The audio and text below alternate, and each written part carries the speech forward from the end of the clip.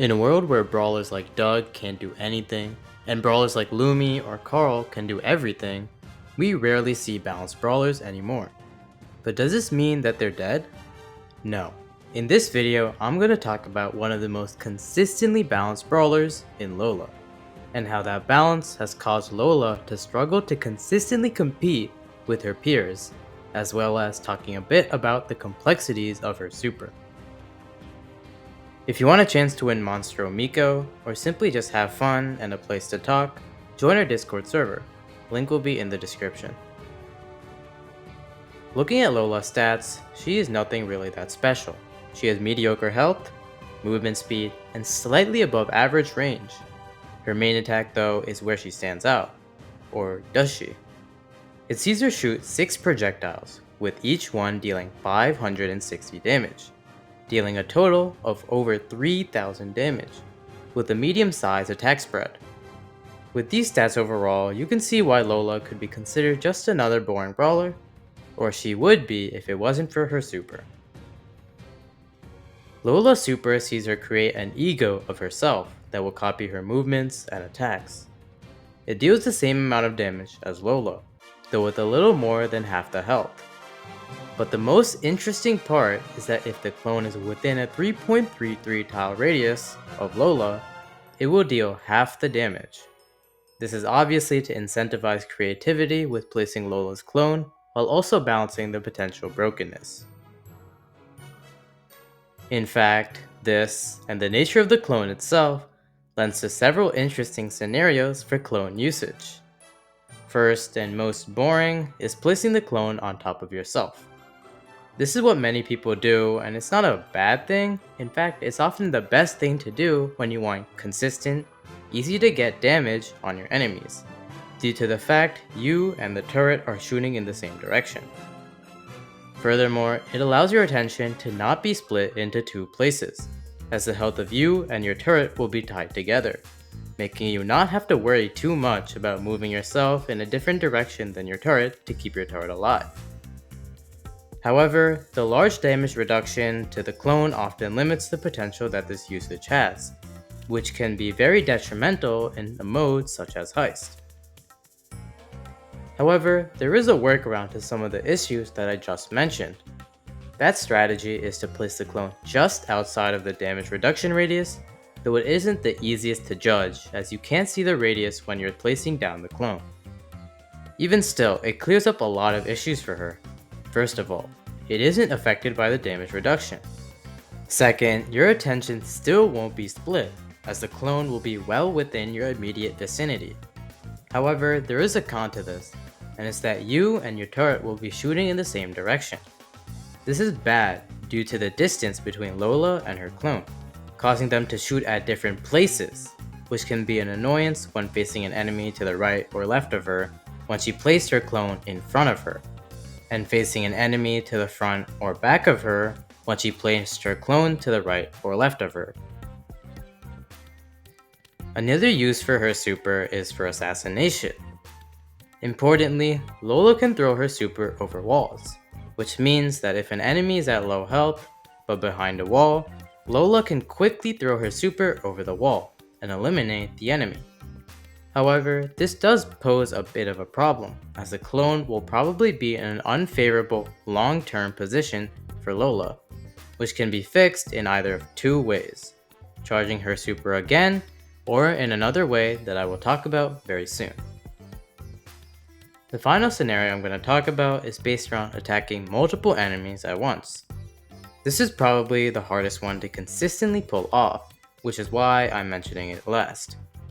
If placed correctly, you can use Lola's super and Lola herself to fight against 2 enemies at once. Perhaps an enemy right next to Lola and an enemy on the other side of a wall. If done right, Lola can severely damage both enemies or even get the kill on 1 or even 2 of them. However, it's not that easy to do right. You have to perfectly position yourself in order to get the clone to hit the shots on the enemy, which can often lead you to not prioritize the best dodging, as it may lead to your clone not being able to hit the enemy. Furthermore, it can be a very risky play, as your ego could get ripped to shreds as you're not there to protect it. Or you could get out DPS'd by the enemy when you maybe could have won if you placed the clone right next to you. Overall, many of these scenarios circle back to one big point with Lola Super: unpredictability. If you can make your Lola Supers unpredictable, the enemy will be forced to always be on their guard, and by extension, not really that aggressive. Maybe one time you place the super on yourself, one time on the other side of the wall and far away from you, and so on. And the enemy will be forced to constantly be guessing where you're going to place your super next. Furthermore, many enemies will not expect one attack from you and a separate attack from the clone, meaning that you can deal several shots of valuable damage while the enemies have to react to this sudden change of threat. One more thing, and that's the strategies involved with the positioning of the clone after the placement. If you accidentally place the clone too far away from you, or if it manages to get the kill on somebody, you can actually bring it back to you if you want. This is by positioning the clone behind a wall so it can't move forward while you can, allowing you to rejoin the clone.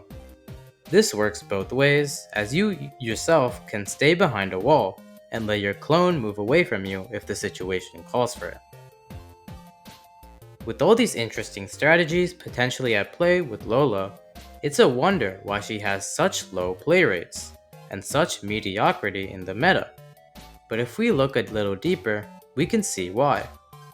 The biggest problem is that she occupies an extremely large niche.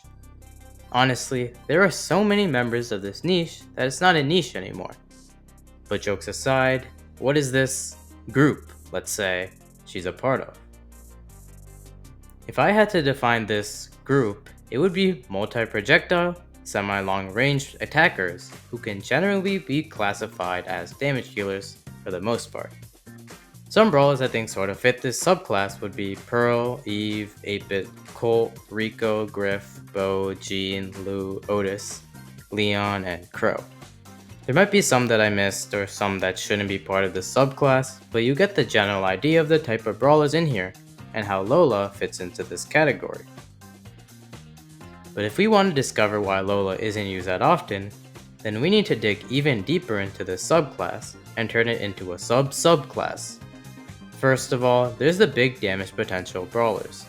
8-Bit, Colt, Griff, and Rico mostly fit into this category, having huge damage output and are especially good in game modes like Heist. So I guess even though Crow's main attack is lackluster in damage, he still deals absolutely diabolical amounts of damage to the Heist save, so he can be considered part of this group. Next, there's the controller/tank counters. Otis, Bo, and Lou fit into this class. This class is based around using their supers to control areas, with a little bit of tank countering sprinkled in. These guys don't have the greatest main attack and are a bit reliant on their super to complete their kit. Finally, there are the marksman counterparts. These are brawlers that are widely played in game modes like Knockout or Bounty, and are able to counter or at least put up a good fight against marksman brawlers. These are Jean, Leon, Eve, and Pearl. Now that we've gone through every class, you can see that of course there's a little bit of overlap. Griff is also a tank counter, and Jean can be used for controlling. However, for the most part, these guys are split up nicely into their sub-niches. But what about Lola? And that's the thing, she doesn't neatly fit into any of them. Sure, she has a bit of damage potential, especially with her super, but it isn't as crazy as some of the other brawlers like Colt and 8-Bit to truly justify playing her purely for her DPS in a mode like Heist.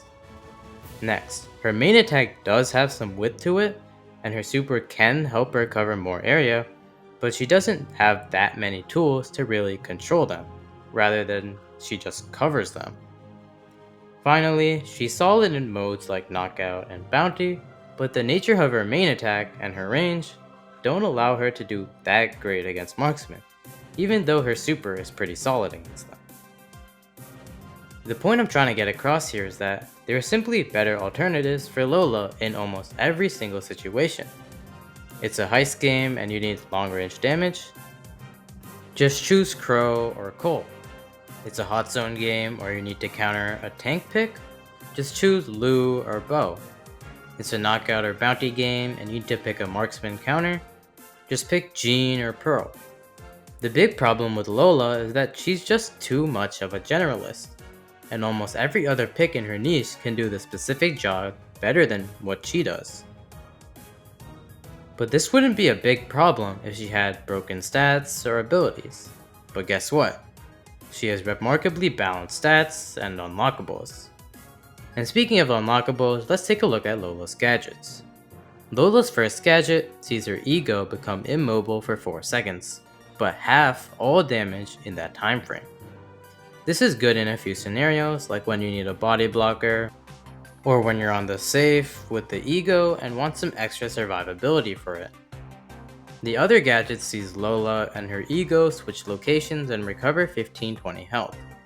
This can be useful for getting out of a sticky situation, or getting an opponent into a sticky situation if they're at low health, and your ego is next to them. Or you can simply just use it for the health boost.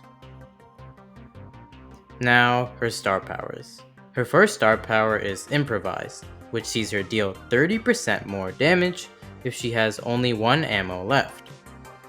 Nothing too much to say about this other than that it definitely helps with her damage output, and is very important in a game mode like Heist.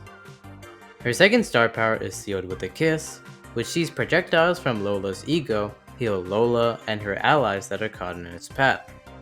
This is a pretty good star power for her, as Lola can position it behind her and constantly keep shooting, both damaging enemies while keeping herself healed up. Unfortunately, since it gets so much value when only used on Lola, it's rarely used to actually support teammates.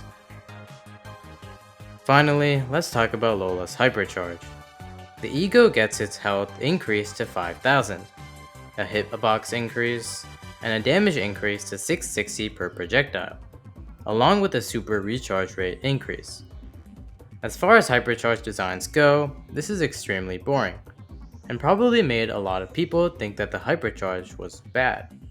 But it isn't actually that bad, as it simply plays into her strengths, giving her ego more survivability and damage, similar to Jessie and her turret. Unfortunately, in a world where brawlers like Chester and Amber and whatnot get hypercharges that can be game changers, Lola's balanced hypercharge that only allows her to do a better job of what she currently does is simply not enough for her to be one of the best. With that being said, however, she's still in a good place in the current meta. Her hypercharge and overall stats, while being balanced, are still good enough to warrant an A tier placement for her, and she still is a great generalist pick that you can't really go wrong with.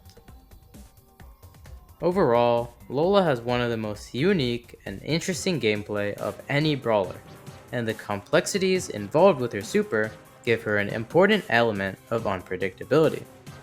Despite this, her presence in a large niche with a lot of competition, and her inability to specialize, as well as the other brawlers in the niche, have caused her to become a forgotten brawler.